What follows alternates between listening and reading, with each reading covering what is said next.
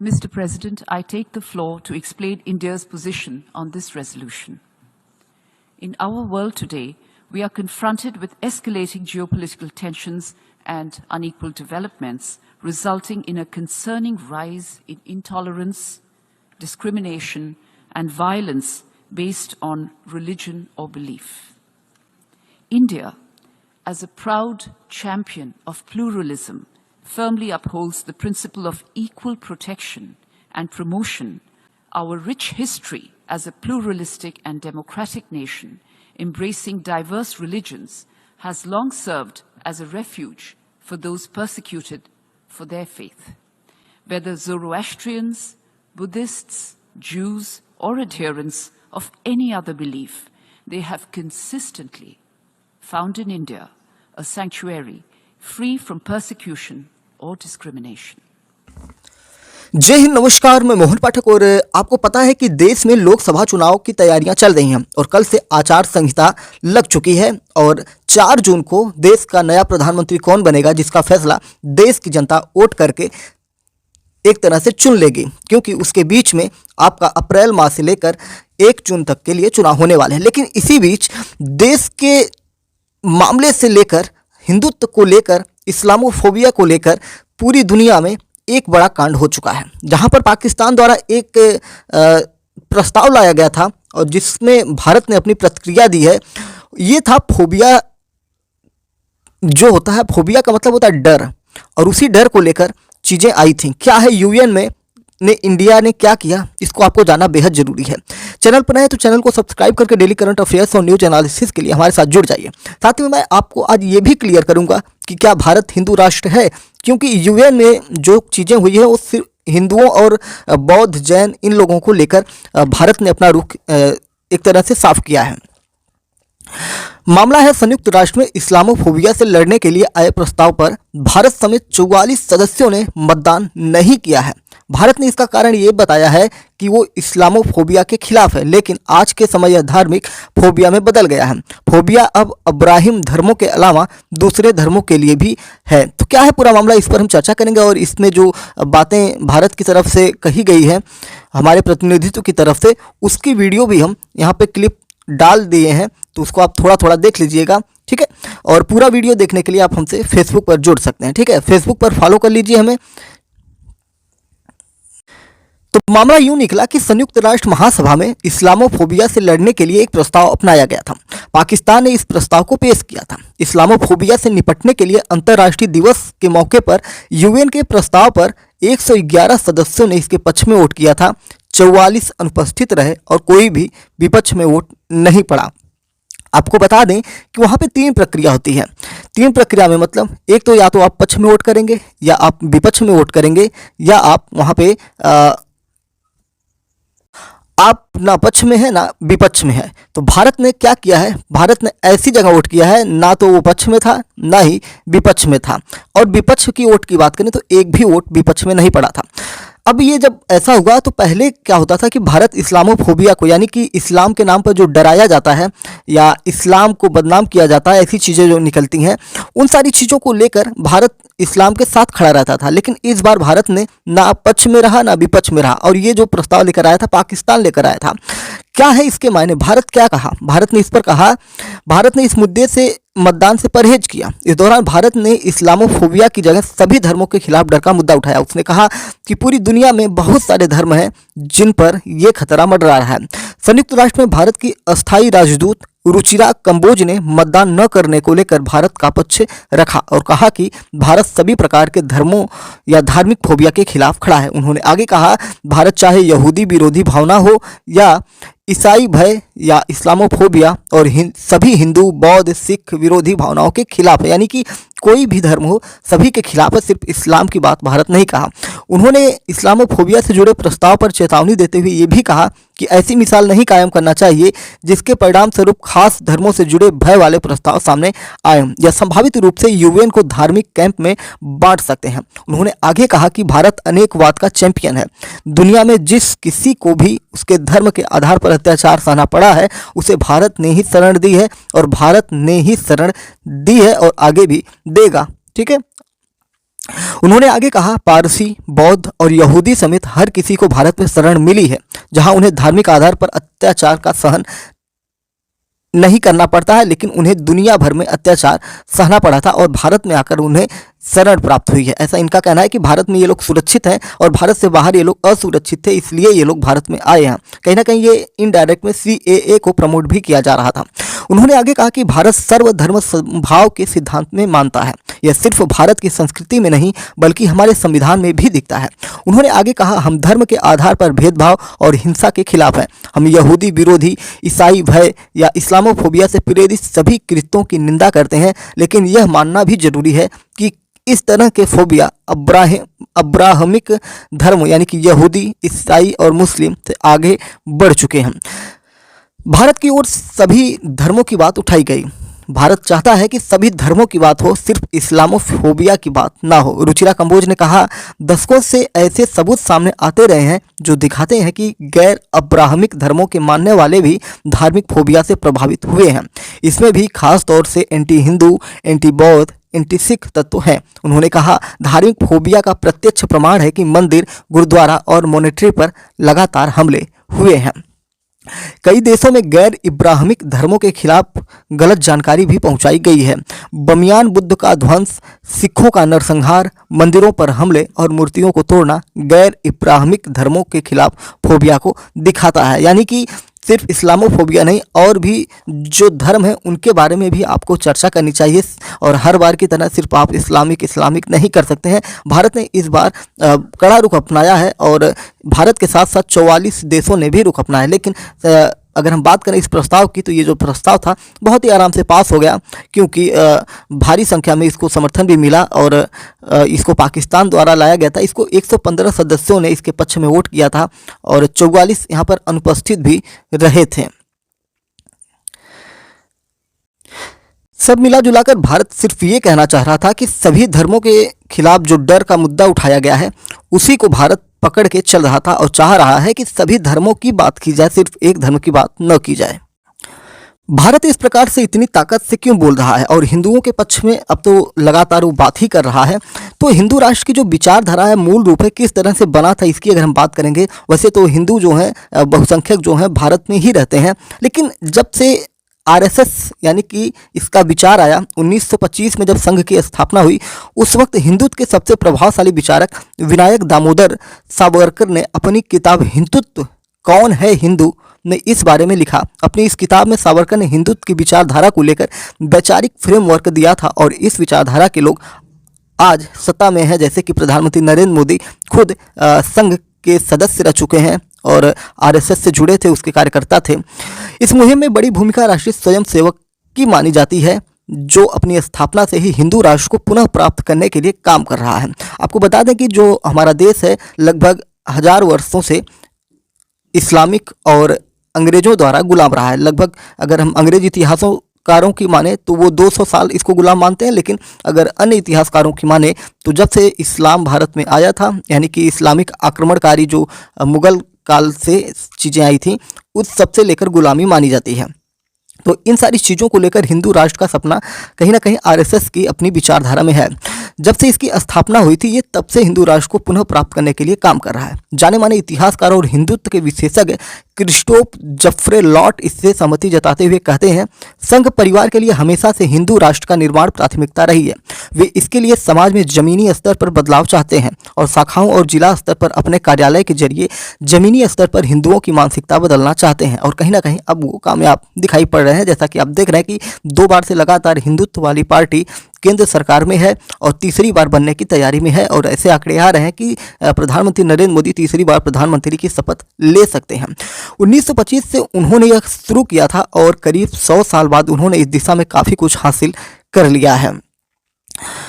हिंदू राष्ट्र की जो बढ़ती मांग है उस पर हम थोड़ी सी बातें आपको बताएं कि शक्तिशाली धार्मिक गुरुओं और हिंदुत्ववादी संगठनों की ओर से हिंदू राष्ट्र की मांग तो लंबे समय से चली आ रही है, लेकिन यह मौजूदा समय में खासकर नरेंद्र मोदी के प्रधानमंत्री बनने से ज़्यादा बढ़ी है। मसलन दिल्ली के ताल कटोरा इंडोर स्टेडियम में इस साल की शुरुआत में जगन्नाथपुरी के प्रभावशाली शंकराचार्य स्वामी निश्चलानंद सरस्वती ने दृढ़तापूर्वक कहा कि भारत को एक हिंदू राष्ट्र घोषित करना चाहिए।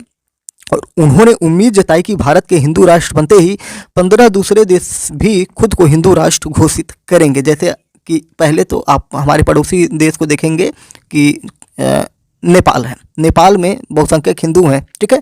इसी तरह जहाँ जहाँ भी हिंदू हैं वो अपने आप को एक तरह से हिंदू राष्ट्र घोषित कर देंगे, ऐसा महाराज जी का शंकराचार्य स्वामी निश्चलानंद सरस्वती का कहना था। 15 देशों की बातें कर रहे हैं, यानी कि भारत के हिंदू राष्ट्र घोषित होते ही 15 देश हिंदू राष्ट्र घोषित हो जाएंगे, यानी कि पूरी दुनिया में जहां एक भी हिंदू राष्ट्र नहीं है वहीं लगभग 15 से 16 देश हिंदू राष्ट्र आने वाले कुछ वर्षों में हो सकते हैं।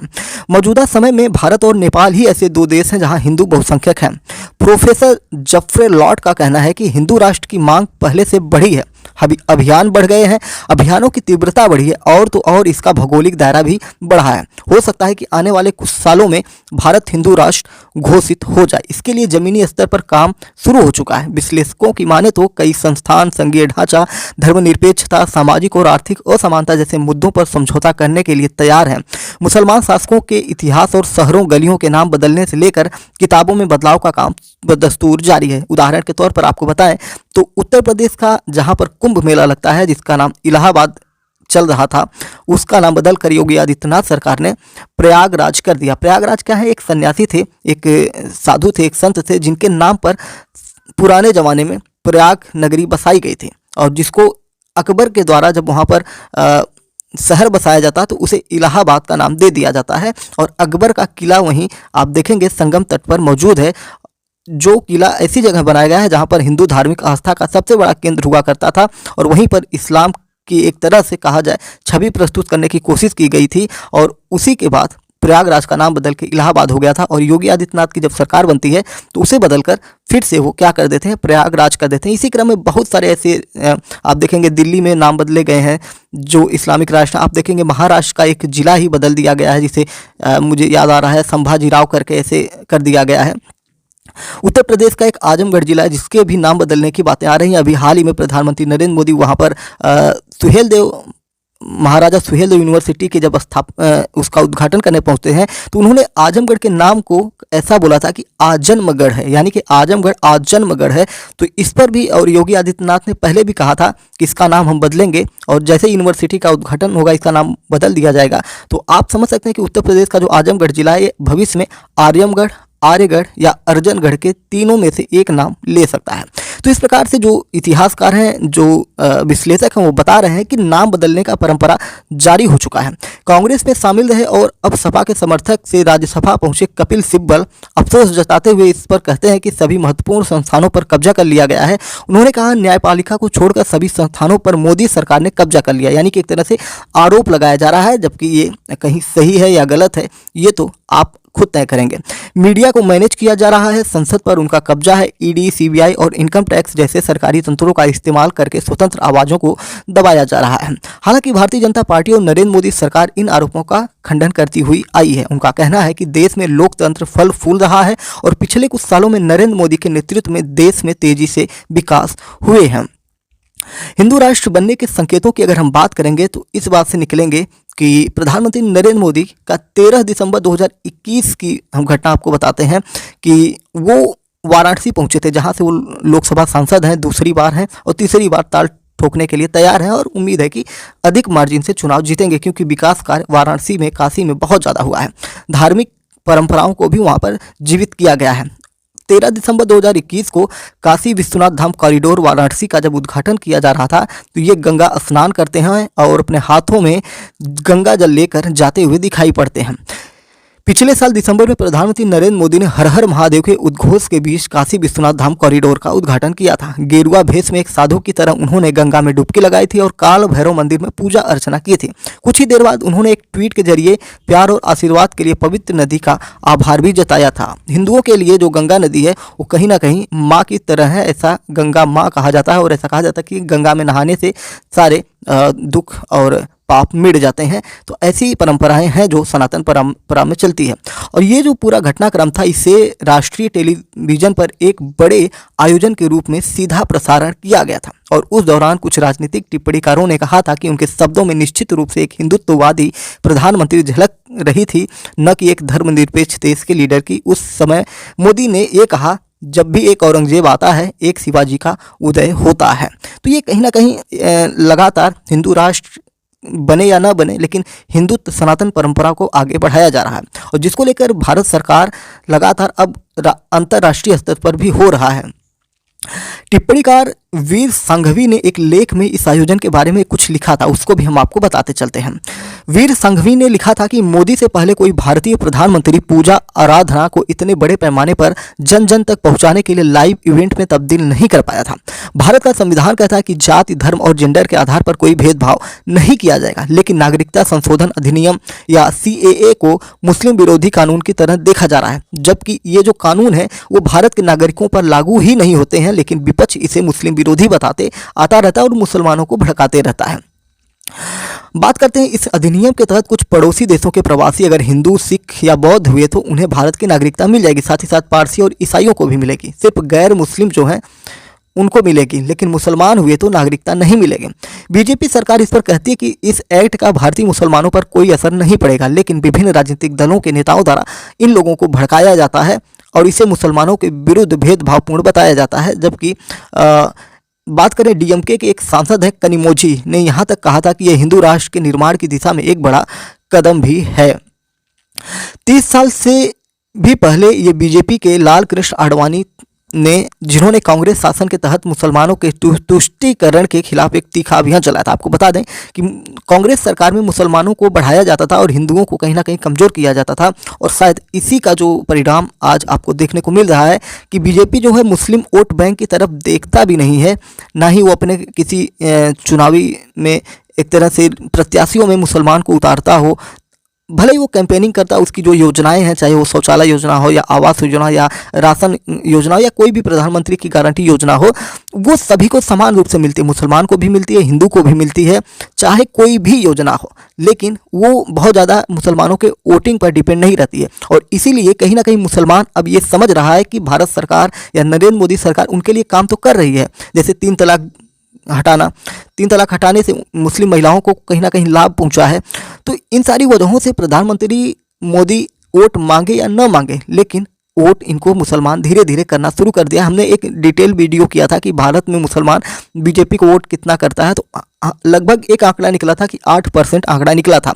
और उसी में ये भी हमने बताया था कि भाजपा का इस बार जो लक्ष्य है इसे 16 से 18% बढ़ाने का है, कि 16 से 18% मुसलमान भारतीय जनता पार्टी NDA गठबंधन को वोट करे। लेकिन ये आंकड़ा अब चुनाव के 4 जून को ही पता चल पाएगा कि मुसलमान कितना वोट करने वाला है। आपको बता दें कि कांग्रेस को बीजेपी द्वारा बहुत चीज़ों का सामना करना पड़ता है। कांग्रेस शासन के तहत मुसलमानों के तुष्टीकरण के आरोप लगातार लगते हैं। आडवाणी ने इसके खिलाफ एक अभियान भी चलाया था। शाहबानो मामले को अक्सर मुस्लिम तुष्टीकरण के उदाहरण की तरह पेश किया जाता है। 1986 में सुप्रीम कोर्ट ने शाहबानो के पक्ष में फैसला सुनाया था, लेकिन तत्कालीन कांग्रेस सरकार मुसलमान धर्मगुरुओं को खुश करने के लिए कोर्ट के आदेश को नाकाम करने के लिए एक कानून ले आई थी। इन मुसलमान धर्मगुरुओं को लगता था कि कोर्ट का मूल आदेश शरिया कानूनों के खिलाफ था। कई विद्वानों और लेखकों का मानना है कि तुष्टीकरण के ऐसे कुछ वास्तविक और कुछ काल्पनिक मामले ही आखिरकार बड़े पैमाने पर हिंदू प्रक्रियाओं का कारण बने हैं। लेकिन अब हिंदू तुष्टीकरण की चर्चा होने लगी है। उदाहरण के लिए भारत की सर्वोच्च अदालत ने कोविड-19 महामारी की भयावह के बीच जगन्नाथ यात्रा और अयोध्या में भूमि पूजन की अनुमति दी थी। प्रोफेसर पुरुषोत्तम अग्रवाल कहते हैं कि मुसलमान वोट बैंक की तरह हिंदुत्व ने हिंदू वोट बैंक बनाया है। यही उनका राजनीतिक लक्ष्य था, उसे वो हासिल कर चुके हैं। अब कोई हिंदू वोट बैंक में सेध लगाने का दुस्साहस नहीं कर पाएगा। यानी कि बीजेपी अब हिंदुओं के लिए ही पार्टी बन चुकी है, काम सबके लिए करती है, लेकिन उनका vote bank, core vote bank Hindu है। लगभग 40 से 45% वोट इन्हें मिल रहा है। जब से बीजेपी सत्ता में आई है, कई शहरों और सड़कों के नाम बदले जा रहे हैं। दिल्ली में औरंगजेब रोड की तरह अकबर रोड या शाहजहां रोड का नाम बदलने की मांग हो रही है। लेकिन प्रोफेसर पुरुषोत्तम अग्रवाल ये भी मानते हैं कि ये मांगे हिंदुत्व शक्तियों का दोहरापन दिखाती है। वे कहते हैं उन्हें अकबर रोड या शाहजहां रोड से बड़ी समस्या है। लेकिन दिल्ली के मान सिंह रोड भी है, वो कौन थे? वो अकबर के सैन्य प्रमुख थे। टोडरमल मार्ग और बीरबल मार्ग भी दिल्ली में है। टोडरमल अकबर के वित्त मंत्री थे, बीरबल अकबर के नवरत्नों में से एक थे। आप अकबर को तो खलनायक बनाना चाहते हैं, लेकिन बीरबल या टोडरमल या मान सिंह को नहीं। ऐसा क्यों? मतलब पुरुषोत्तम अग्रवाल जैसे लोग ये भी बातें उठाते हैं। कई हिंदुत्ववादी संगठनों के सदस्य अब लोगों को हिंदू राष्ट्र की अवधारणा को स्वीकार करने के लिए पहले से ज़्यादा प्रेरित करने लगे हैं। प्रोफेसर अग्रवाल कहते हैं कि आम हिंदुओं में इस विचार की स्वीकार्यता 10 साल पहले के मुकाबले अब ज़्यादा हो गई है। हिंदू जन जागृति समिति इस बात को स्वीकार करती है कि वो एक राष्ट्रव्यापी हिंदुत्ववादी संगठन है। वो हिंदू राष्ट्र के लिए बैठकें करती है और इसके लिए जागरूकता अभियान चलाती है। समिति कहती है कि उनके लिए हिंदू राष्ट्र के लिए पूरा जोर लगा देने का समय यही है। महाराष्ट्र में हाल ही में जो एक बैठक हुई थी, उसकी आध्यात्मिक इकाई सनातन संस्था के प्रवक्ता अभय वार्तक ने कहा, हिंदुओं का अस्तित्व संकट में आ जाएगा अगर वे भारत को हिंदू राष्ट्र बनाने के लिए त्याग नहीं करेंगे। यानी कि हर तरफ से हिंदू राष्ट्र बनाने की बातें निकल के आ रही हैं। हिंदू जन जागृति समिति के राष्ट्रीय प्रवक्ता रमेश शिंदे ने ये बताया कि हम जैसे संगठनों का दायित्व भारत के लोगों के बीच हिंदू राष्ट्र का संदेश फैलाने का है। हिंदू राष्ट्र अपनी नई किताब में लेखक आकार पटेल कहते हैं, संरचनात्मक तौर पर भारत हिंदू राष्ट्र बनने के करीब पहुंच चुका है। प्रोफेसर क्रिस्टोफ जफ्रेलॉट कहते हैं कि 2019 में बीजेपी के चुनाव जीतने के बाद से हिंदू राष्ट्र के संकेत और पुख्ता हो चुके हैं। वो कहते हैं 2019 के बाद हर चीज उग्र हो चुकी है। नए कानून, संविधान संशोधन इत्यादि हुए हैं। असल मुद्दे अब और भी ज़्यादा गंभीर हो गए हैं। आर्थिक स्थिति वाकई चिंताजनक है। रोजगार की कमी, महंगाई आदि। तो आप ये अंदाज़ा लगा सकते हैं कि आइडेंटिटी पॉलिटिक्स असल मुद्दों से लोगों का ध्यान हटाने का एक तरीका है जिसका खूब इस्तेमाल होने लगा है। ये सब जाहिर है कि उस ध्रुवीकरण के अलावा हो रहा है जिसका इस्तेमाल चुनाव के लिए किया जा रहा है। यानी कि आरोप भी भारतीय जनता पार्टी पर लगातार लग रहे हैं कि जो देश में आर्थिक विकास वगैरह है, इनसे ध्यान भटकाने के लिए इस तरह के हिंदुत्ववादी विचारधारा को आगे बढ़ाया जा रहा है। जबकि बीजेपी इसके खिलाफ ये कहती है कि हम विकास कार्य भी कर रहे हैं और सनातन परंपरा को भी आगे बढ़ा रहे हैं। वर्षों से हिंदू दक्षिणपंथी संगठन ये शिकायत करते आए हैं कि स्कूलों और विश्वविद्यालयों में इतिहास की पाठ्य पुस्तकें हमेशा से वाम या मार्क्सवादी इतिहासकार लिखते आए हैं, जिनका राष्ट्रवादी हिंदुओं के प्रति पूर्वाग्रह रहा है। इन संगठनों की दलील है कि इतिहास में उनका नजरिया भी शामिल किया जाना चाहिए। कई इतिहासकार दक्षिणपंथियों की इतिहास की विवेचना का विरोध करते हैं और उनका मानना है कि इतिहास के नाम पर दक्षिणपंथी इतिहासकार सांप्रदायिकता पर आधारित कहानियों को आगे बढ़ा रहे हैं। उनका आरोप है कि नई शिक्षा नीति को लागू करने की मोदी सरकार की कोशिशें जारी हैं। भारत की शिक्षा प्रणाली में जरूरी बदलाव को देखने के लिए बनी कमेटी के सदस्यों में एक हैं गोविंद प्रसाद शर्मा। उन्होंने पिछले साल एक अंग्रेजी दैनिक को बताया, आज जो इतिहास पढ़ाया जा रहा है वो सिर्फ ये बताता है कि हम यहाँ पराजित हुए हैं, हम वहाँ हार गए हैं, लेकिन हमें संघर्षों के बारे में बताना होगा, विदेशी हमलावरों के खिलाफ जाबाज लड़ाइयों के बारे में बताना होगा। हम लोग उस चीज़ को पूरी तरह से हाईलाइट नहीं करते। गोविंद प्रसाद शर्मा ने वैदिक गणित का विषय भी पढ़ाए जाने की जरूरत पर जोर दिया। हिंदुत्ववादी और राष्ट्रवादी विचारकों का कहना है कि भारत की शिक्षा प्रणाली पश्चिमी अवधारणाओं पर आधारित है। शिक्षा के भारतीयकरण यानी कि हिंदूकरण को वे आवश्यक मानते हैं। समकालीन भारतीय इतिहास के प्रोफेसर RSS स्कूली पाठ्यक्रमों या पाठ्य पुस्तकें और महात्मा गांधी की हत्या नाम की किताब के सह लेखन और डॉक्टर आदित्य मुखर्जी का एक बयान भारतीय मीडिया में आया था कि कट्टरता ने इतिहास की जगह ले ली है, जो एक वास्तविक खतरा है। उन्होंने ये भी कहा था कि क्या कोई डॉक्टर प्रधानमंत्री से बहस कर पाएगा जब वो कहते हैं कि गणेश जी का सिर प्लास्टिक सर्जरी से जोड़ा गया था। ये इतिहास नहीं है। शिक्षा संविधान के तहत संवैधानिक सूची का विषय माना जाता है या हमारी संवैधानिक प्रक्रिया में इस प्रकार का विषय है। आपको बता दें कि संवैधानिक सूची, राज्य सूची और संघ सूची 3 प्रकार की संविधान में सूचियाँ होती हैं।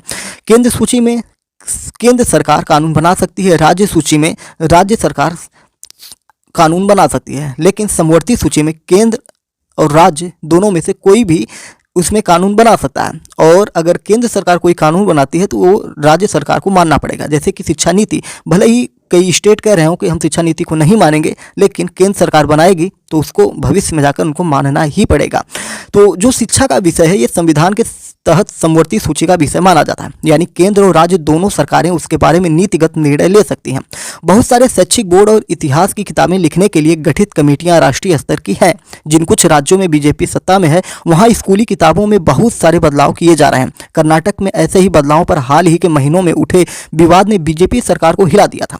हाल ही में कांग्रेस पार्टी से अलग हुए कपिल सिब्बल ने BBC हिंदी को एक बात बताई थी। इंटरव्यू में उन्होंने कहा था कि स्कूली पाठ्य पुस्तक समीक्षा कमेटी के प्रमुख चक्र तीर्थ पर आरोप उन्होंने लगाया किसने? कपिल सिब्बल ने। उन्होंने कहा कि वो इन किताबों में आरएसएस विचारक हेडगेवार के भाषण को शामिल कर और स्वतंत्रता सेनानियों, समाज सुधारकों जैसे महत्वपूर्ण व्यक्तियों पर लिखे अध्यायों और प्रसिद्ध साहित्यिक विभूतियों की रचनाओं को हटाकर किताबों का भगवाकरण कर रहे हैं। यानी कि ये इनके ऊपर आरोप लगा रहे हैं कि इसमें गलत चीज़ें डाल रहे हैं। यानी कि कांग्रेस के नेता भी ये थे, ठीक है। हालांकि विवाद उठने के बाद स्वतंत्रता सेनानियों और समाज सुधारकों की बातों को फिर से शामिल किया गया है, ऐसा इन्होंने कहा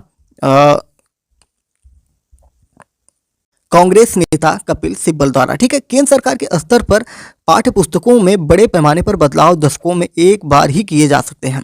एनसीईआरटी राज्य सरकारों को सिलेबस में बदलाव की सिफारिश कर सकती है, जिसे स्वीकार या खारिज किया जा सकता है। अभी हाल ही में यानी 2019 में कक्षा 9 और कक्षा 10 की इतिहास की किताबों में बृहद बदलाव किए गए हैं। अच्छा, हम अब उस पर चर्चा कर लेते हैं जो आपके मन में सवाल बन रहा होगा कि अगर हिंदू राष्ट्र बना तो मुसलमान और दूसरे अल्पसंख्यकों के अधिकार क्या होने वाले हैं। तो अगर भारत हिंदू राष्ट्र बन जाता है तो भारत में तो और भी धर्म के लोग हैं, जैसे मुसलमान हैं, ईसाई हैं। इन लोगों के लिए क्या होगा? तो क्या मुसलमान और ईसाई हिंदू राष्ट्र में अपनी इबादत गाहें बना सकते हैं और वहां इबादत कर सकते हैं? क्या वो अपनी धार्मिक आस्था की शिक्षा देना और उस पर अमल करना जारी रख सकते हैं? संघ परिवार के नेता मुसलमानों को अल्पसंख्यक मानने के विचार को ही गलत ठहराते हैं। बीजेपी नेता कपिल मिश्रा एक ऑनलाइन नेटवर्क चलाते हैं जिसका नाम है हिंदू इकोसिस्टम। ये नेटवर्क हिंदू पीड़ितों के लिए काम करने की बात करता है। वो कहते हैं कि हिंदू राष्ट्र में कोई भी अल्पसंख्यक नहीं होगा, यानी कि मुस्लिम जो है हिंदुओं के बाद तो है लेकिन दूसरे बहुसंख्यक होंगे। यहाँ पे अल्पसंख्यक जैसी चीज़ या विचारधारा नहीं होंगे, सभी को समान अधिकार मिलेंगे। वो मुसलमानों को भरोसा दिलाना चाहते हैं कि वे एक हिंदू बहुसंख्यक शासन के तहत सुरक्षित हैं और उन्हें अपने धर्म का पालन करने की अनुमति होगी। अगर हम थोड़ा दुनिया के परिदृश्य में देखें तो जहाँ पर अल्पसंख्यक हैं और बहुसंख्यक की बात की जाए, हिंदू और मुस्लिम के पक्ष में बात की जाए, तो जैसे पाकिस्तान, अफगानिस्तान हुआ या और भी विश्व के देश हैं, वहाँ पर हिंदू अगर अल्पसंख्यक हैं तो हिंदुओं के साथ अत्याचार हुए हैं। ये वास्तविकता है और इसे नकारा नहीं जा सकता है। हिंदू मंदिरों को तोड़ा गया है। इस्लामिक आक्रमणकारी आकर भारत में जब हिंदू मंदिरों को तोड़े हैं तो अपने राज्य में या अपने स्टेट में, अपने देश में जहाँ पर इस्लामिक शरिया कानून चल रहा हो, वहाँ पर हिंदुओं के क्या हालात होंगे वो किसी से छिपा नहीं है। और इसीलिए सीए जैसे कानून भारत सरकार ने लाए हैं और इसके तहत बहुत सारे हिंदू भारत में आएंगे।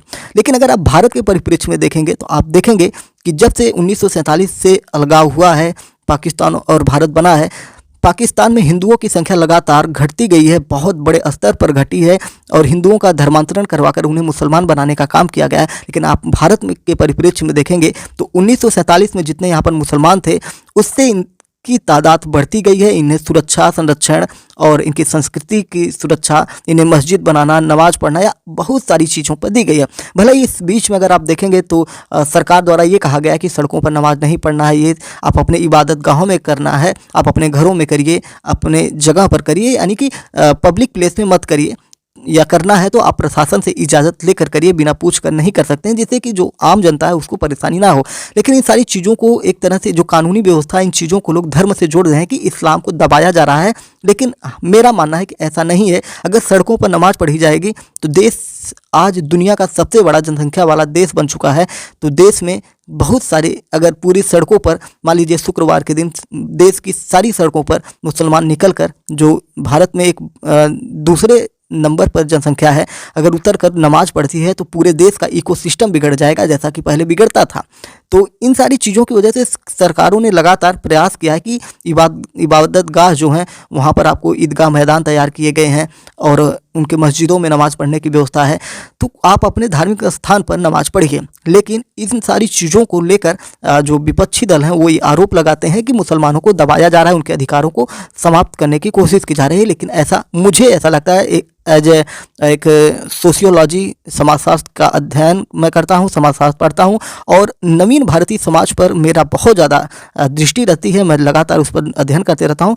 तो मुझे जहाँ तक लगता है, मैं जो देख रहा हूँ, मुसलमानों को किसी तरह से ऐसा नहीं किया जा रहा है। जो भी मेरे मुसलमान साथी मुझे सुन रहे होंगे उनको भी पता होगा, भले ही वो पर्सनली नहीं परेशान होंगे। अगर कोई परेशान होगा तो आप समझ सकते हैं कि कोई अपराधी होगा या किसी गलत कार्य में लिप्त होगा, तो ऐसे लोगों पर कार्रवाई हो रही है। लेकिन कोई सामान्य नागरिक है भारत का, चाहे हिंदू हो, मुसलमान हो, सिख हो, पारसी हो, उनके ऊपर किसी भी प्रकार का शासनिक, प्रशासनिक या धार्मिक रूप से उत्पीड़न नहीं हो रहा है। इसको आप भी स्वीकार करेंगे। और इसी वजह से भारतीय जनता पार्टी, जो एनडीए गठबंधन है, नरेंद्र मोदी की सरकार है, उसकी तरफ मुसलमान महिलाओं का रुझान बढ़ रहा है, मुस्लिम पुरुषों के भी रुझान बढ़ रहे हैं और ये इस बात का संकेत करता है कि भारत में मुसलमान सुरक्षित हैं। और इसी बात को लेकर भारत पूरी दुनिया में डंके की चोट पर कहता है कि भारत में मुसलमान सुरक्षित हैं। दुनिया में कहीं भी मुसलमान हैं, सबसे ज़्यादा सुरक्षित मुसलमान भारत में हैं। तो ये जो चीज़ें हैं ये भी आपको ध्यान में रखनी पड़ेगी। हिंदू बहुसंख्यक जब तक शासन में रहेगा, भारत धर्मनिरपेक्ष बना रहेगा और धार्मिक सहिष्णुता का पालन करता रहेगा। ऐसी बातें हिंदू धार्मिक जो नेता हैं उनसे निकलते आई हैं।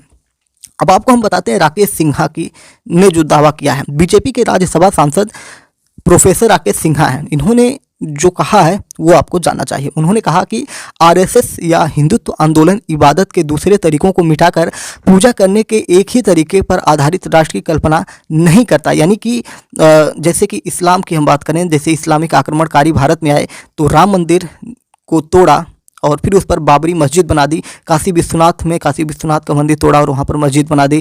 फिर मथुरा में जो कृष्ण है, कृष्ण मंदिर जन्मभूमि को तोड़ा और उस पर मस्जिद बना दी। लेकिन भारत के जो हिंदुत्व या हिंदुत्ववादी आंदोलन है, जो हिंदू हैं, वो किसी के इबादत गाह को तोड़कर वहाँ पर अपनी पूजा पद्धति यानी कि किसी मस्जिद को तोड़कर उस पर मंदिर नहीं बनाते हैं। ना ही आप हजारों सालों के इतिहास में ऐसा आपको देखने को मिलेगा। और कहीं ना कहीं ये हिंदुत्व को मजबूत करता है और पूरी दुनिया जो है, पूरी दुनिया के जो देश हैं, इसीलिए हिंदुत्व का विरोध नहीं कर पाते हैं।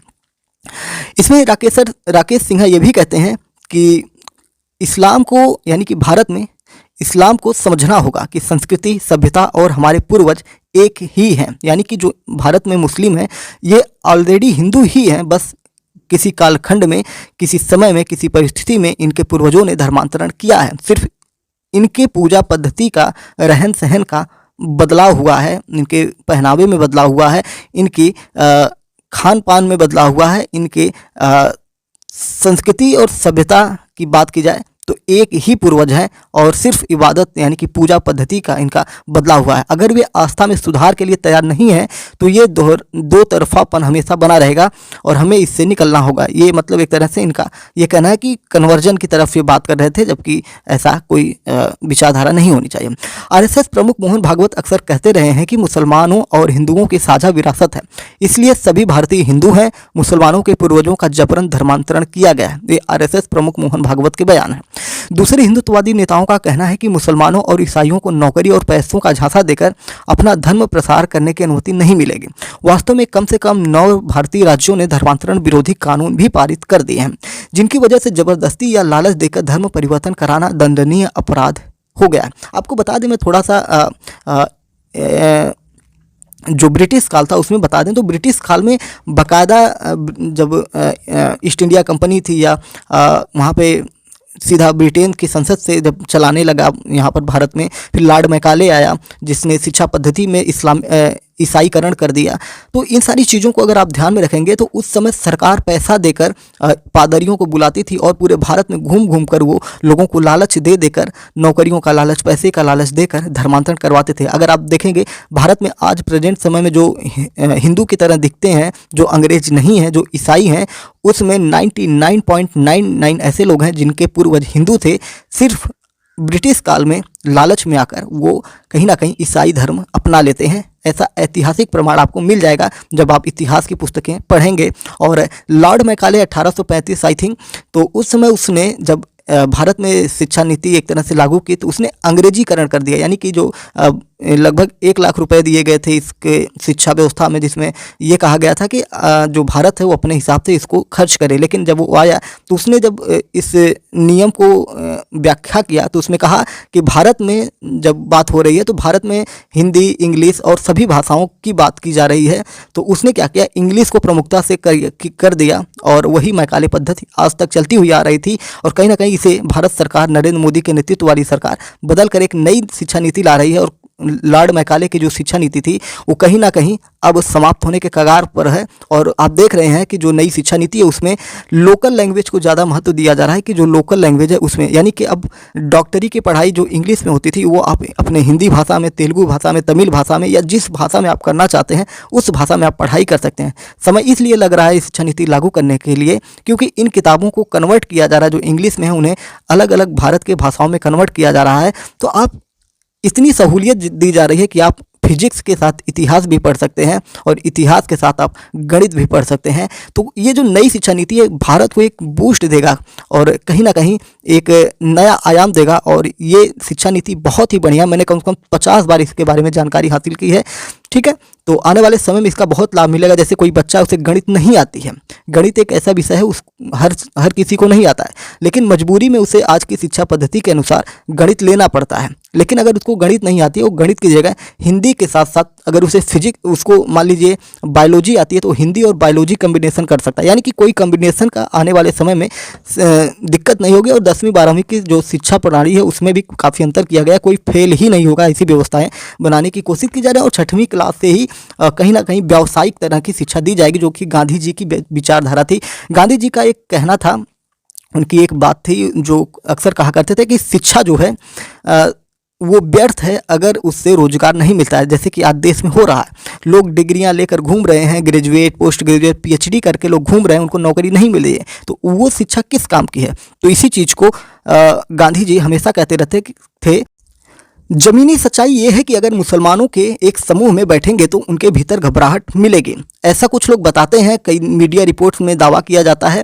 वो बताते हैं कि 15वीं सदी के स्पेन के इतिहास को याद करते हैं या इनको इनके जो भाजपा के विरोधी हैं याद करवाते हैं।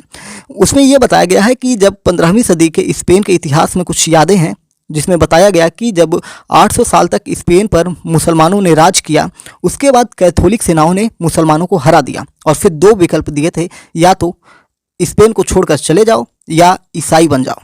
जिन्होंने मजहब बदलने से मना किया था उन्हें वहाँ पर समाप्त कर दिया गया था। जबकि प्रोफेसर जफ्रे लॉट नहीं मानते हैं कि उस किस्म का विनाश भारत में संभव होगा, और वो कहते हैं कि मुसलमानों को नेस्ता नाबूद करना स्पष्ट रूप से किसी के भी एजेंडे में नहीं है, ना ही भारतीय जनता पार्टी के एजेंडे में है, ना ही जो हिंदूवादी संगठन है जो हिंदुत्व या हिंदू राष्ट्र की मांग करते हैं। ये व्यवहारिक भी हो सकता है। व्यवहारिक लक्ष्य है मुसलमानों को पूरी तरह अलग थलग कर देना। फ्रांसीसी प्रोफेसर की दलील है कि अगर मुसलमान अपना धर्म बनाए रखते हैं या ईसाई बने रहते हैं तो पब्लिक स्फीयर में वे खतरा मोल लेते हैं। तो अगर वे समर्पण कर दें, अपनी पहचान छोड़ दें, मुसलमान के तौर पर अपना सार्वजनिक प्रदर्शन छोड़ दें, तो उनके पास डरने की कोई वजह नहीं होगी। वे दूसरे दर्जे के नागरिक के तौर पर रहने को बाध्य कर दिए जाएंगे। शिक्षा और रोजगार में हिंदुओं से प्रतिस्पर्धा करने में सक्षम नहीं रह पाएंगे, ऐसे फ्रांसीसी प्रोफेसर द्वारा दलील दी जाती है। यानी कि कहीं ना कहीं भारत के मुसलमानों को भड़काने का काम किया जाता है। प्रोफेसर जफ्रे लॉट कहते हैं कि अगर हिंदू राष्ट्र की स्थापना से आपका आशय अल्पसंख्यकों को वास्तव में दूसरे दर्जे का नागरिक बना देना है, तब ये सारे अभियान बेशक समझ में आते हैं, क्योंकि उनके जरिए आप उन्हें इतना असहाय बना देते हैं कि उन्हें अपने इलाकों से बाहर निकलने में डर लगेगा, आस पड़ोस में जाने में डर लगेगा। वे शिक्षा छोड़ देंगे, जॉब मार्केट से दूर हो जाएंगे, हाउसिंग मार्केट से दूर हो जाएंगे, और एक लिहाज से आप सचमुच एक हिंदू राष्ट्र में होंगे। लेकिन वो ये भी कहते हैं कि बीजेपी को मुसलमानों की ज़रूरत है, संघ परिवार को एक अन्य की ज़रूरत है, वो अन्य है मुसलमान। वो हारा हुआ हो सकता है, लेकिन उसे हिंदू समुदाय पर मंडराते खतरे की तरह दिखते रहना चाहिए। प्रोफेसर अग्रवाल सहमत हैं, फिर भी उनका दावा है कि हिंदुत्ववादी ताकतों को तथाकथित चरमपंथी मुसलमान नेताओं से ध्रुवीकरण करने में मदद मिल रही है। ऐसे मुसलमान जो हिंदुत्व का विरोध करते दिखाई देते हैं। अगर हम उदाहरण के तौर पर बताएं तो उत्तर प्रदेश में एक मुसलमान है जिनकी अभी गिरफ्तारी होने वाली थी, फिलहाल वो फरार चल रहे थे। ऐसे ही हैदराबाद के एक हैं जो लगातार हिंदुत्व के खिलाफ बयानबाजी करते थे। उनके भाई जो हैं हिंदुओं को देख लेने की धमकी देते हैं, 15 मिनट की पुलिस छोड़ दो। मैं नाम नहीं ले रहा हूँ, आपको पता है, सब आप जानते हैं, आप इतने जानकार हैं, यूपीएससी एस्पिरेंट हैं, तो आपको सब पता है, तो नाम नहीं लूँगा। फिलहाल मैं आपको रूबरू करा रहा हूँ कि भारत में चल क्या रहा है, हिंदू राष्ट्र और हिंदुत्व को लेकर क्या चीज़ें चले और इसके विरोध में जो बयानबाजी आ रही है, तो क्यों हिंदू राष्ट्र पनप रहा।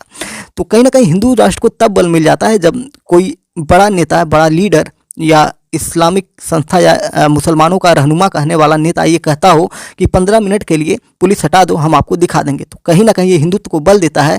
हिंदू को डराने की धमकी दी जाती है तो हिंदू इससे डरता है, तो वो अपने हिंदू राष्ट्र की तरफ देखता है। फिर उसके बाद कुछ और नेताओं या उन्हीं के द्वारा ये कहा जाता है, हिंदू देवी देवताओं के बारे में अपशब्द बोले जाते हैं। आप सोच के देखिए कि जब हिंदुस्तान में बहुसंख्यक समाज में हिंदू देवी देवताओं, सनातन परंपराओं को स्टालिन के बेटे द्वारा ये कहा जाता है कि हिंदू धर्म को समाप्त कर देना चाहिए, हिंदू को नष्ट कर देना चाहिए, तो सोचिए जब भारत में इस्लामिक राष्ट्र रहा होगा तो किस प्रकार के अत्याचार हिंदुओं के ऊपर किए गए होंगे। इससे संभावनाएं आप खुद से कल्पना कर सकते हैं, खुद से सोच सकते हैं। प्रोफेसर अग्रवाल बहुत सारी चीज़ों पर दावा करते हैं। उन्होंने कहा कि हिंदुत्ववादी ताकतों को तथाकथित चरमपंथी मुसलमान नेताओं से ध्रुवीकरण करने में मदद मिल रही है। ऐसे मुसलमान जो हिंदुत्व का विरोध करते दिखते हैं, लेकिन अगर आप ठीक से देखें तो वो असल में उनकी मदद ही कर रहे हैं, जैसा कि मैंने आपको अभी समझाने की कोशिश की हैदराबाद वाले भाईजान की जो बातें हैं, ठीक है। लेकिन प्रधानमंत्री ने हमेशा सबका साथ सबका विकास का नारा दिया है। राकेश सिन्हा कहते हैं कि मोदी सरकार की अनगिनत स्कीमों से मुसलमान सहित सभी समुदायों को फायदा हो रहा है। इन सरकारी योजनाओं में कोई भेदभाव नहीं किया गया। जैसा कि मैंने इस बात को पहले ही आपको बता दिया कि शौचालय योजना हो, आवास योजना हो, राशन मिल रहा हो, या स्वास्थ्य सुविधाएं हो, स्वास्थ्य कार्ड हो, या किसी भी प्रकार की जो सुविधा भारत सरकार की हो, सड़क बन रही हो, रोजगार हो, नौकरी हो, हर पिछले 10 वर्षों में प्रधानमंत्री के जितने भी कार्य हुए हैं उन्हें अगर आप ध्यान से देखेंगे तो उनमें किसी के साथ भेदभाव नहीं किया गया है। भले ही आप देखेंगे कि जो आगे बढ़े हैं उनको और आगे बढ़ाने का काम भी किया गया है, यानी कि किसी भी सरकारी योजनाओं में भेदभाव नहीं हुआ है। और जो भी मुसलमान हमें सुन रहे होंगे वो भी ये समझ रहे होंगे कि किसी तरह का भेदभाव नहीं किया गया है अभी तक 10 सालों में। लेकिन जो इनके नेता हैं, जो इन्हें इनका नेता होने का दावा करते हैं, उनके द्वारा सिर्फ भड़काया जाता है, और क्या सत्य है क्या असत्य है वो आपको देखने को मिल जाएंगी। कार्रवाइयाँ अगर किसी मुसलमान पर हुई है तो हिंदुओं पर भी हुई है। जैसे उत्तर प्रदेश में ये आरोप लगता है कि योगी आदित्यनाथ की सरकार जो है मुसलमानों को दबा रही है। लेकिन अगर आप देखेंगे कुछ जो उत्तर प्रदेश सरकार की जो बातें हैं उनको मैं आपको दिखाने की कोशिश करता हूँ, समझाने की कोशिश करता हूँ। जैसे एक आरोप लगा था कि वो मस्जिदों से माइक हटवा रहे हैं, यानी कि जो लाउड स्पीकर होता है उसे हटवा रहे हैं। लेकिन आप देखेंगे कि वहीं उन्होंने अपने खुद के, जहाँ से वो महंत हैं, गोरक्षनाथ पीठ, उन्होंने गोरक्षनाथ पीठ से भी मस्जिद, वहाँ से लाउड स्पीकर की आवाज़ कम करवाई, उसको उतरवा दिया था, यानी कि एक्स्ट्रा, यानी कि ध्वनि प्रदूषण को नियंत्रित करने के लिए उन्होंने मंदिरों से भी हटवाए और मस्जिदों से हटवाए। पिछले जब से योगी आदित्यनाथ की सरकार बनी है, यानी कि एक साधु, एक महात्मा, एक महंत की सरकार बनी है, एक हिंदुत्ववादी कट्टर नेता की सरकार बनी है, आप उत्तर प्रदेश में कोई बड़ा दंगा नहीं देख सकते हैं जैसा कि पिछली सरकारों में हुई है। तो इन सारी चीज़ों से लेकर भले ही मुसलमान कुछ बोलता ना हो, लेकिन उसे पता है कि वो कहीं ना कहीं सुरक्षित नज़र आ रहा है। जबकि विरोधी दल ये आरोप लगाते हैं कि पहले दंगे हिंदू ही किया करते थे, अब उनकी सरकार है इसलिए दंगे नहीं करते हैं। बाकी जनता सब समझती है। प्रोफेसर पुरुषोत्तम अग्रवाल पुख्ता तौर पर मानते हैं कि जब तक मौजूदा संविधान अस्तित्व में है भारत एक हिंदू राज्य नहीं हो सकता है। लेकिन संसद में बीजेपी का प्रचंड बहुमत देखते हुए वो मानते हैं कि संविधान की शक्ल सूरत पूरी तरह बदल जा सकती है। ऐसा अंदाजा आपको लग सकता है कि जब प्रधानमंत्री नरेंद्र मोदी ने 370 लोकसभा सीट और 400 पार का नारा दिया है, यानी कि जब इतने उनके पास सच में सांसद हो जाएंगे तो किसी भी परिवर्तन को कर सकते हैं, उसके लिए विपक्ष की सहमति की जरूरत होगी ही नहीं। प्रोफेसर अग्रवाल उस राष्ट्रीय आयोग की याद दिलाते हैं जो संविधान की कार्यप्रणाली की समीक्षा के लिए पूर्व प्रधानमंत्री अटल बिहारी वाजपेयी के कार्यकाल में गठित किया गया था। पूर्व चीफ जस्टिस एम वेंकटचलैया उस आयोग के प्रमुख थे। उनके गठन से राजनीतिक तूफान खड़ा हो गया और आयोग की सिफारिशें कभी लागू नहीं की गई। प्रोफेसर जेफ्रे लॉट कहते हैं कि आरएसएस हिंदू राष्ट्र चाहता है, हिंदू राज्य नहीं। उनके मुताबिक हिंदू राज्य का अर्थ है एक हिंदू देश जिसका आधिकारिक धर्म हिंदू हो, लेकिन उनके मुताबिक आरएसएस के लिए ये व्यर्थ है। अगर आपके पास हिंदू राष्ट्र है, हिंदू राज्य नहीं है, और अगर आपके समाज में दक्षिणपंथी सुधार कामयाब हो चुके हों तो आपको राज्य के बड़े ढांचे को बदलने की जरूरत नहीं है, क्योंकि सरकार में बैठे लोग आरएसएस के नज़रिए पर ही काम करते हुए आएंगे। ऐतिहासिक रूप से आरएसएस को सत्ता पर कब्जे का मोह नहीं रहा है शुरुआत से ही। प्रोफेसर जेफ्रे लॉट कहते हैं उनकी प्राथमिकता समाज है, राज्य नहीं है। कुछ समय पहले आरएसएस प्रमुख मोहन भागवत ने मुरादाबाद में संघ के 4000 स्वयंसेवकों की रैली को संबोधित करते हुए कहा था, हम लोग चुनावी राजनीति में नहीं है, चुनाव का हमारे लिए कोई अर्थ नहीं है, हम लोग तो बस समृद्ध नैतिक और सांस्कृतिक विरासत वाले भारतीय मूल्यों की शिक्षा देते आ रहे हैं। लेकिन प्रोफेसर जेफ्रे लॉट ये भी बताते हैं कि आरएसएस ने अपनी रुचि के कुछ क्षेत्रों में राज्य की मदद को उपयोगी भी पाया है, जैसे कि गौरक्षकों का इस्तेमाल हो या अंतर धार्मिक विवाह जैसे मुद्दे हों। वो मानते हैं कि शिक्षा एक और ऐसा क्षेत्र है जहां राज्य आरएसएस के सामाजिक एजेंडों के लिए उपयोगी हो सकता है। वो कहते हैं कि संघ स्कूली कक्षाओं में भी वही पढ़ाना चाहता है जो अपनी शाखाओं में पढ़ाता है। वरिष्ठ पत्रकार और आरएसएस के एक नज़दीकी पर्यवेक्षक श्रीधर दामले भी इस बात को मानते हैं कि भारत एक हिंदू राष्ट्र बनेगा, न कि एक हिंदू राज्य। वो कहते हैं कि संघ के शुरुआती दिनों में उसके पास 3 मुस्लिम प्रचारक हुआ करते थे और मुसलमानों से मेल जोल बढ़ाने का उनका एक कार्यक्रम भी रहा। हिंदू जनजागृति समिति के रमेश सिंधे स्पष्ट तौर पर कहते हैं कि हम लोग एक हिंदू राष्ट्र की मांग कर रहे हैं। राज्य में एक राज्य का ढांचा और संविधान आता है, लेकिन राष्ट्र में देश की संस्कृति, उसकी परंपरा, उसकी विरासत, उसका इतिहास, उसके पवित्र ग्रंथ होते हैं। वामपंथी विचारधारा वाले राजनीतिज्ञों और मुस्लिम नेताओं पर वो हिंदू राष्ट्र के बारे में झूठ फैलाने का आरोप लगाते हैं। वे ये धारणा फैला रहे हैं कि हिंदू राष्ट्र की स्थापना के अगले रोज से बहुत बड़ी समस्याएं खड़ी हो जाएंगी, जबकि ऐसा कुछ नहीं है होगा। तो आप ये बताइए कि भारत हिंदू राष्ट्र कब बनेगा? ऐसे क्वेश्चन आपके मन में चल रहे होंगे। तो इसका भी जवाब राकेश सिन्हा दे रहे हैं, जो प्रोफेसर हैं। प्रोफेसर राकेश सिन्हा बताते हैं कि भारत हमेशा से एक हिंदू राष्ट्र ही रहा है। हिंदू राष्ट्र की टाइमलाइन को लेकर कोई स्पष्टता नहीं है, लेकिन उसके समर्थकों को लगता है कि हम लोग ट्रांजिशन फेज में हैं, यानी कि बदलाव के क्षेत्र में हैं। बीजेपी के कपिल मिश्रा का दावा है कि उत्तर प्रदेश एक आदर्श राज्य बन ही चुका है। एक हिंदू राष्ट्र कैसा होना चाहिए, उसकी एक झलक उत्तर प्रदेश दिखाता है। वो कहते हैं, उत्तर प्रदेश पंथ निरपेक्षता, सहिष्णुता और धार्मिक समानता का एक नमूना है। रामनवमी में जब जहां तहां पत्थर चलाए जा रहे थे, वहीं यूपी में फूल बरसाए जा रहे थे। दूसरी जगहों पर पेट्रोल बम दागे जा रहे थे, लेकिन उत्तर प्रदेश में शरबत बांटा जा रहा था। यूपी में सभी समुदायों ने स्वेच्छा से लाउड स्पीकर निकाल दिए थे, जिसकी चर्चा मैंने पीछे की थी। समस्त समाज कानून का पालन करता है। उत्तर प्रदेश पूरे देश में शासन का एक चमकता उदाहरण है।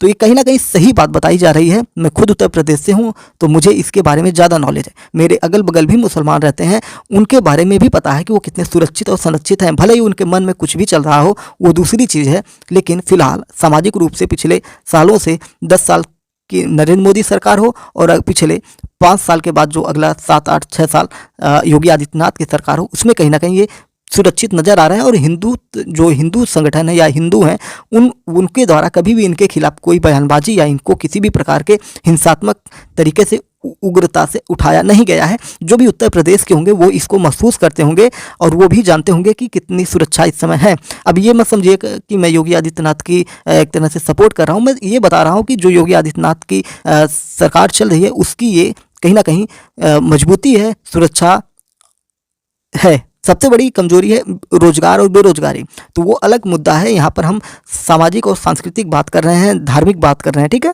तो उस लिहाज से अगर देखा जाए, योगी आदित्यनाथ का प्रचंड बहुमत से दोबारा चुनाव जीतना, ये हिंदू राष्ट्र और हिंदू राज्य की संकल्पना को कहीं ना कहीं मजबूती देता है। लेकिन हिंदुत्ववादी नेता अच्छी तरह जानते हैं कि भारत को हिंदू राष्ट्र के रूप में स्वीकार किए जाने से पहले बहुत सारा काम करने को बचा हुआ है। उनके मुताबिक अधूरे कार्यों में ये चीज़ें शामिल हैं: हिंदुओं में एकता का आना और जाति व्यवस्था का अंत करना, मुसलमान जैसे समुदायों को हासिल अल्पसंख्यक के दर्जे का खात्मा, कश्मीर और पूर्वोत्तर राज्यों में अलगाववादी आंदोलनों का अंत, मुस्लिम तुष्टीकरण का अंत, इस गलत अवधारणा को हटाना कि हिंदुत्व और हिंदू दोनों विपरीत विचार हैं। ऐसे और भी मुद्दे अधूरे कामों की फहरिस्त में हैं। इन अधूरे लक्ष्यों को रमेश सिंधे कुछ इन शब्दों में बयान करते हैं: हम धर्मनिरपेक्षता के नाम पर मुस्लिम तुष्टीकरण को खत्म करना चाहते हैं। अल्पसंख्यक का दर्जा भी खत्म होना चाहिए। हिंदू राष्ट्र में कोई अल्पसंख्यक या बहुसंख्यक नहीं होगा। धर्मनिरपेक्षता की आड़ में आज देश को तोड़ने की साजिशें चल रही हैं। खालिस्तान की मांग हो रही है। कश्मीर आज़ादी चाहता है। भारत को हिंदू राष्ट्र बनाने से पहले ये सब खत्म होना चाहिए। आप देख रहे हैं कि पंजाब में खालिस्तानी समर्थक जो हैं कहीं ना कहीं बहुत ज़्यादा डेवलप हुए हैं और विदेशों में खालिस्तानी जो नेता हैं, लीडर्स हैं, उनकी हत्याएं भी हो रही हैं अज्ञात हमलावरों के द्वारा। तो क्या ये भारत सरकार ही करवा रही है? पाकिस्तान में भारत विरोधी गतिविधियों में शामिल आतंकवादियों को भी अननोन पर्सन द्वारा मार दिया जा रहा है। तो ये कहीं ना कहीं भारत अगर इसमें सहमत है तो ये पता नहीं आगे क्या है, ठीक है। 50 साल से भी अधिक समय में आरएसएस के उभार को देखते आ रहे हैं और संगठन पर एक किताब लिख चुके शिकागो स्थित वरिष्ठ पत्रकार श्रीधर दामले ने आरएसएस क्रांतिकारी बदलाव पर कुछ बातें कही थी। उन्होंने कहा था कि आरएसएस क्रांतिकारी बदलाव लाना चाहता है। वो किसी किस्म के टकराव के बिना ये हासिल करना चाहता है, यानी कि वो किसी भी प्रकार से बैर और झगड़ा नहीं चाहता है। पिछले 50 सालों में दामले बहुत सारे संघ प्रमुखों से मिल चुके हैं और उनका ये नज़रिया उन प्रमुखों के साथ उनकी बैठकों पर आधारित है। पुरी के शंकराचार्य स्वामी निश्चलानंद सरस्वती ने पिछले साल भविष्यवाणी की थी कि भारत 3.5 साल में हिंदू राष्ट्र बन सकता है। और भी पुख्ता टाइमलाइन सनातन संस्था की ओर से आई है, जिसमें ये बताया गया है, उनकी वेबसाइट में दावा किया गया है कि एक साधु ने 2023 से 2025 के बीच भारत के हिंदू राष्ट्र बन जाने की भविष्यवाणी भी की है। प्रोफेसर पुरुषोत्तम अग्रवाल के मुताबिक ये कहना कठिन है कि 2023 से 2025 के बीच भारत को हिंदू राष्ट्र घोषित कर दिया जाएगा, लेकिन वो कहते हैं कि वो वक्त दूर भी नहीं है। इस देश में विपक्ष और उदारवादी शक्तियां जिस तरह का व्यवहार दिखाती आ रही हैं, उन्हें हैरानी नहीं होगी कि 2025 के फौरन बाद ऐसा हो जाए। मैं कहना ये चाहता हूँ कि समावेशी या भारत या गांधी नेहरू के भारत पर यकीन करने वालों को तत्काल कोई कदम उठाने की जरूरत है। उन्हें सनातन संस्था जैसे संगठनों को गंभीरता से लेना चाहिए। रमेश शिंदे कहते हैं कि हिंदू राष्ट्र के निर्माण का काम प्रगति पर है। ये 2 साल का प्रोजेक्ट नहीं है। आज का सेकुलर भारत कल का हिंदू राष्ट्र नहीं बन जाएगा। बीजेपी 8 साल से सत्ता में है और उसका दावा है कि इस बारे में बहुत कुछ सारा काम अभी अधूरा है, आपको कुछ समय देना होगा। प्रोफेसर क्रिस्टोफ जेफ्रोलॉट की राय है कि समाज में जमीनी स्तर पर बदलाव के लिहाज से एक हिंदू राष्ट्र बनाए जाना संघ परिवार की एक निश्चित प्राथमिकता है। 100 साल पहले संघ की शुरुआत हुई थी और वो बहुत कुछ हासिल कर चुका है। हिंदू राष्ट्र के निर्माण की कोई निश्चित टाइमलाइन का अंदाजा वो नहीं लगा पाए, लेकिन ये जरूर कहा कि एक वास्तविक हिंदू राष्ट्र संघ परिवार हासिल कर सकता है और वो ऐसा कर भी रहा है। कुछ हिंदुत्ववादी नेताओं ने मांग की है कि भारत को तत्काल प्रभाव से हिंदू राष्ट्र घोषित कर दिया जाए, लेकिन अन्य लोग मानते हैं कि भारत को औपचारिक ऐलान की जरूरत नहीं है। वे एक सेकुलर राज्य से एक हिंदू राष्ट्र के रूप में भारत की तब्दीली देखते हैं। फिर भी कुछ और मत ऐसे भी हैं जिनके मुताबिक ऐसा कोई खास दिन कभी नहीं आएगा जब भारत को हिंदू राष्ट्र घोषित कर दिया जाएगा। ये कुदरती तौर पर हो रहा है और औपचारिक रूप से ऐसा शायद नहीं होगा। यानी कि जो हिंदू राष्ट्र की संकल्पना एक तरह से प्राकृतिक नेचुरल तरीके से सामाजिक रूप से ऑलरेडी काम इस पर चल रहा है। भले इसे संवैधानिक रूप से न लागू किया जाए, लेकिन जो हिंदू राष्ट्र की एक संकल्पना है, हिंदुओं के बहुसंख्यकों के मन में ये अब बैठ चुका है। संघ के लिए हिंदू राष्ट्र का मतलब एक जोरदार ढंग से हिंदू सांस्कृतिक वर्चस्व से है। अगर मैं उदाहरण के तौर पर देखूं तो आप देखेंगे कि हिंदू राष्ट्र में देखिए राम मंदिर का निर्माण हो गया, और राम मंदिर के निर्माण होने के साथ साथ आपने देखा कि अबू धाबी में, जो कि एक इस्लामिक राष्ट्र है, वहाँ पर एक हिंदू मंदिर का निर्माण होना और वहाँ पर अबू धाबी या वहाँ की सरकार का उसमें सहयोग प्रदान करना कहीं ना कहीं हिंदुत्व और सनातन परंपरा को वैश्विक स्तर पर उभार रहा है। और यही तो वो चाहती है, जो हिंदुत्व संस्थाएं हैं, उन्हें स्वघोषित राज्य या मान्यता प्राप्त राज्य नहीं चाहिए। वो सिर्फ अपनी परंपराओं को आगे बढ़ाने के लिए आगे बढ़ रहे हैं, लेकिन किसी को नुकसान पहुंचाए बगैर। यानी कि जिस प्रकार से इस्लामिक आक्रमणकारी आए थे और भारत के मंदिरों को तोड़कर मस्जिद बनवाया और हिंदुओं का कन्वर्जन करके मुसलमान बनवाया, ऐसा हिंदू राष्ट्र की संकल्पना करने वाले नहीं चाहते। वो सिर्फ ये चाहते हैं कि हिंदुत्व और परंपराएं आगे बढ़ें, जो पिछले सरकारों में दबा दी गई और इस सरकार में आगे बढ़ाई जा रही हैं।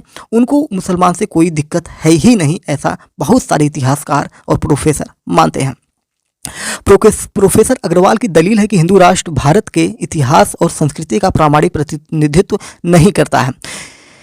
सऊदी अरब एक धर्म शासित राज्य है जिसका आधिकारिक धर्म इस्लाम है। सऊदी नागरिकता लेने के इच्छुक गैर मुस्लिम विदेशियों को इस्लाम धर्म कबूल करना होगा, ये वहाँ का नियम है। यानी कि अगर सऊदी में आप जाएंगे, वहाँ की नागरिकता लेंगे, तो आपको इस्लाम धर्म कबूल करना पड़ता है। और उसी सऊदी और उसी खाड़ी देश में बात कर रहा था जहाँ पर एक हिंदू मंदिर बन चुका है, जिसका उद्घाटन हो चुका है, और उसका उद्घाटन भारत के प्रधानमंत्री नरेंद्र मोदी के हाथों द्वारा किया गया।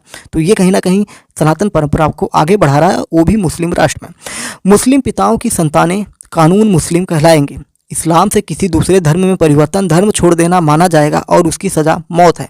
इस्लाम के अलावा, ये मैं सऊदी की बात कर रहा हूँ, इस्लाम के अलावा किसी दूसरे धर्म का पालन सार्वजनिक रूप से वर्जित है। देश में चर्च, मंदिर या दूसरे गैर मुस्लिम पूजा स्थल की इजाज़त नहीं है, फिर भी भारत ने बना दिया। बीबीसी की एक रिपोर्ट है, एक छानबीन के मुताबिक ईरान के पेचीदा और असामान्य राजनीतिक तंत्र में आधुनिक इस्लामिक धर्म शासन के तत्व लोकतंत्र के साथ मिले हुए हैं। सर्वोच्च नेता के नियंत्रण में अनिर्वाचित संस्थाओं का नेटवर्क राष्ट्रपति और लोगों की चुनी हुई संसद के समानांतर काम करता है। ईरान में सबसे ज़्यादा प्रभावशाली संस्था गार्डियन काउंसिल संसद के पास होने वाले तमाम बिलों को अंतिम मंजूरी देती है और उन्हें वीटो करने की शक्ति भी उसके पास है। ये काउंसिल उम्मीदवारों को संसदीय चुनाव, राष्ट्रपति चुनाव और धर्मशास्त्रज्ञों की सभा का चुनाव लड़ने से भी रोक सकती है। ईरानी दंड संहिता शरिया के मुताबिक चलती है, जिसमें अंग भंग, कोड़े की मार और पथराव जैसी सजाएं शामिल होती हैं।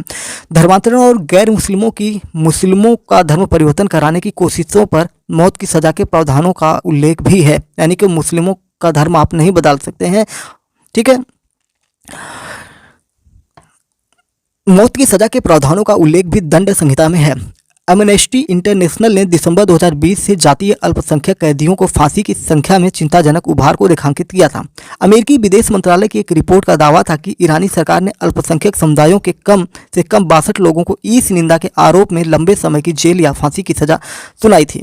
दोनों देशों में मुसलमान बहुसंख्यक हैं और बताया जाता है कि वहाँ अल्पसंख्यकों के अधिकारों में बुरी तरह की कटौतियाँ की गई हैं। राजनीतिक टिप्पणीकार कहते हैं कि अगर भारत धर्म शासित हिंदू राज्य बना तो समाज और शासन में बहुसंख्यक हिंदू आबादी का वर्चस्व वाकई मुमकिन है और अल्पसंख्यक भी अपने अधिकारों में कटौती होता देख सकते हैं। हालांकि कुछ लोग सवाल उठाते हैं और कहते हैं कि शिवाजी का शासन, पेशवाओं की हुकूमत और कई राजशाहियों का प्रशासन हिंदू राज्य जैसे ही था, यानी कि जो महाराष्ट्र वगैरह में सरकारें चलती थी, शिवाजी का हुआ, पेशवाओं का हुआ, तो उसमें आज़ाद भारत में विलय से पहले त्रावणकोर, जो आज का केरल है, 1947 की हम बात कर रहे हैं, जब 1947 में भारत आज़ाद हो रहा था तो विलय से पहले त्रावणकोर में जो आपका केरल है वहाँ पे रजवाड़ा एक हिंदू राज्य था। हिंदू धर्म उसका आधिकारिक धर्म था। वास्तव में राज्य खुद देवता श्री पद्मनाभ की संपत्ति था। महाराज खुद एक आस्थावान हिंदू थे जिन्होंने देवता के नौकर की भूमिका निभाई थी और वहाँ पर जो मुस्लिम थे वो सुरक्षित थे। उन्हें किसी भी प्रकार के अत्याचार, दमन का कहीं पर नामो निशान नहीं था। यानी कि हिंदू राष्ट्र की संकल्पना में मुसलमान सुरक्षित हैं, ऐसा अनेकों इतिहासकार और एक तरह से जो विश्लेषण करता है उनका मानना है। और ऐसा मेरा खुद का मानना है कि हिंदू राष्ट्र में मुसलमान असुरक्षित नहीं है, वो बिल्कुल सुरक्षित हैं, उनके हितों का ध्यान रखा जाएगा। लेकिन सिर्फ ये कहने वाली बात है, हिंदू राष्ट्र अभी भारत नहीं है। संवैधानिक रूप से संविधान का यहाँ पे राज चल रहा है। हिंदू राष्ट्र बनाने का जो रास्ता है उसमें क्या दिख रहा है, उसकी अगर हम बात करें तो हिंदू राष्ट्र बनाने का जो रास्ता है, समाज का एक बड़ा हिस्सा उसे या तो स्वीकार करता दिखता है या खामोश है। कुछ विशेषज्ञों का मानना है कि नफरत से भारतीय समाज को विभाजित करना ठीक नहीं होगा। कट्टरता की तस्वीरें, हथियारों की ट्रेनिंग, एक दौर में ये उग्रवादी इस्लामवादियों की पहचान थे। ये सारी चीज़ें निकल के सामने आ रही हैं और ये चीज़ें कहीं ना कहीं हिंदू राष्ट्र और भारत के हिंदू और मुसलमानों के बीच में नफरत की खाइयाँ बढ़ा रही हैं। और उसमें कुछ नेताओं द्वारा, चाहे वो हिंदू नेता हों या हिंदू संगठनों के नेता हों या साथ ही साथ इस्लामिक संगठनों के नेता हो या मुस्लिम पार्टियों के नेता हों या विपक्षी दलों के नेता हों, उनके द्वारा कहीं ना कहीं हिंदू मुसलमान के बीच में खाई बढ़ाने की कोशिश की जाती है और फिर उसके बाद ये सारी चीज़ें निकल कर सामने आती हैं। खैर, हमने सब कुछ चीज़ें आपको बताई और स्पष्ट करते हुए हमने ये भी बताया कि हिंदू राष्ट्र की जहाँ पर संकल्पना हो रही है, आप वैश्विक स्तर पर देखेंगे या भारत के स्तर पर देखेंगे, जैसा कि हमने एक बृहद उदाहरण दिया आपको उत्तर प्रदेश सरकार का, कि उत्तर प्रदेश सरकार एक हिंदू राष्ट्र की तरह काम कर रहा है। जैसे कि उत्तर प्रदेश के जो मुख्यमंत्री हैं योगी आदित्यनाथ, वो नाथ संप्रदाय से संबंधित हैं, साथ ही साथ वो एक नाथ संप्रदाय के महंत हैं। भारत में वो सांसद थे, फिर वो चुनाव में 2017 में उन्हें विधानसभा में भेजा जाता है। ये सारी चीज़ें आगे निकल के चलती आ रही हैं।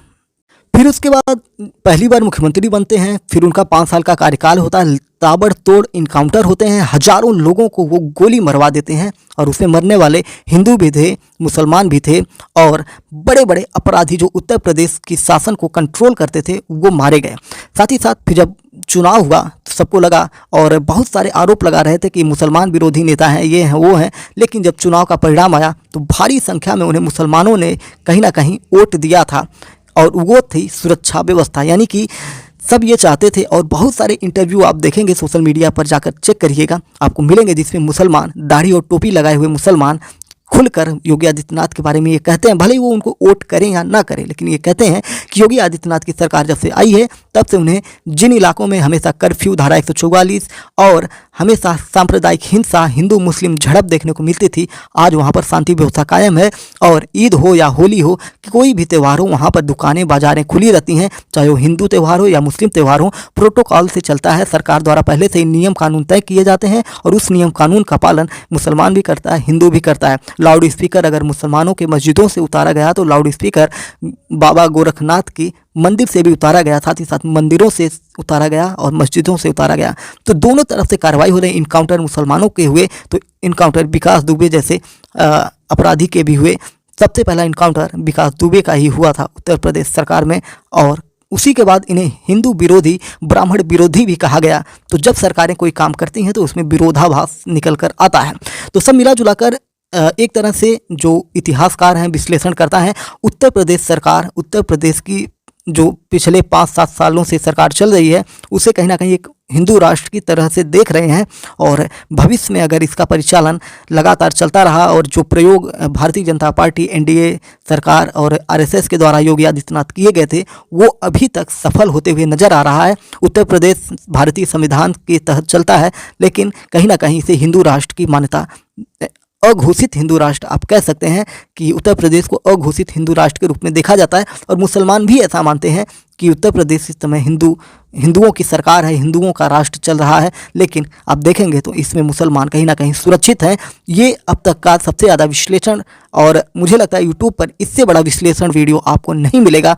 ये करीब 1 घंटे से ऊपर का विश्लेषण है, जिसमें हमने आपको वहाँ से लेकर उठाने की कोशिश की कि भारत सरकार अब वैश्विक स्तर पर हिंदुओं की सुरक्षा और संरक्षण की बात करती हुई नजर आ रही है, जो स्पष्ट तौर पर कह रही है कि भारत अब इसमें किसी भी प्रकार से कोताही नहीं बरतने वाला है। मामला जो हम आपको बताए थे कि संयुक्त राष्ट्र महासभा में इस्लामोफोबिया से लड़ने के लिए एक प्रस्ताव आया था, जिसे पाकिस्तान द्वारा पेश किया गया था, और इस्लामोफोबिया से निपटने के लिए अंतर्राष्ट्रीय दिवस के मौके पर ये प्रस्ताव यूएन के द्वारा आया था, यूएन में पाकिस्तान के द्वारा आया था, जिसमें यूएन के प्रस्ताव पर 115 सदस्यों ने इसके पक्ष में वोट किया था, वहीं 44 अनुपस्थित रहे थे, और भारत भी इस मुद्दे पर मतदान देने से परहेज किया था। और भारत ने इस पर कहा था कि इस्लामोफोबिया की जगह सभी धर्मों के खिलाफ डर का जो मुद्दा उठाया है वो कहीं ना कहीं सभी धर्मों को, सर्वधर्म संप्रदाय की बात करते हुए आया है कि सिर्फ इस्लामोफोबिया नहीं, सभी धर्मों की बात की जाए। संयुक्त राष्ट्र में भारत की अस्थायी राजदूत रुचिरा कंबोज ने मतदान करने को लेकर भारत का पक्ष रखा था, और भारत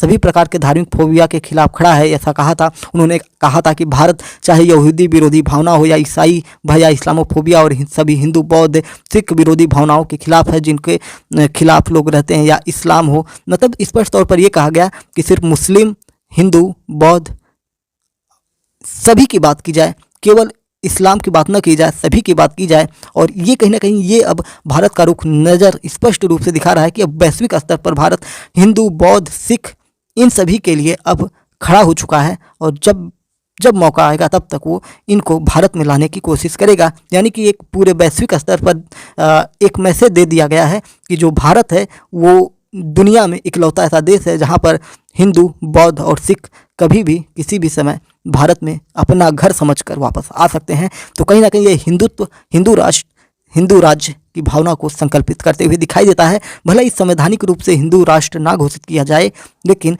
वैचारिक, सामाजिक और सांस्कृतिक रूप से हिंदू राष्ट्र भारत बन रहा है और लगभग बनने की कगार पर है। तो उम्मीद है कि मेरा ये रिसर्च आपको काम आया होगा। हमने इसमें बीबीसी की रिपोर्ट ली है, बीबीसी का एक बृहद रिपोर्ट है, जिसके लिए हम धन्यवाद बीबीसी को प्रेषित करते हैं। चलिए, चैनल पर नए हैं तो चैनल को सब्सक्राइब करके डेली करंट अफेयर्स और न्यूज एनालिसिस के लिए हमारे साथ जुड़ सकते हैं। जय हिंद, नमस्कार, भारत माता की जय।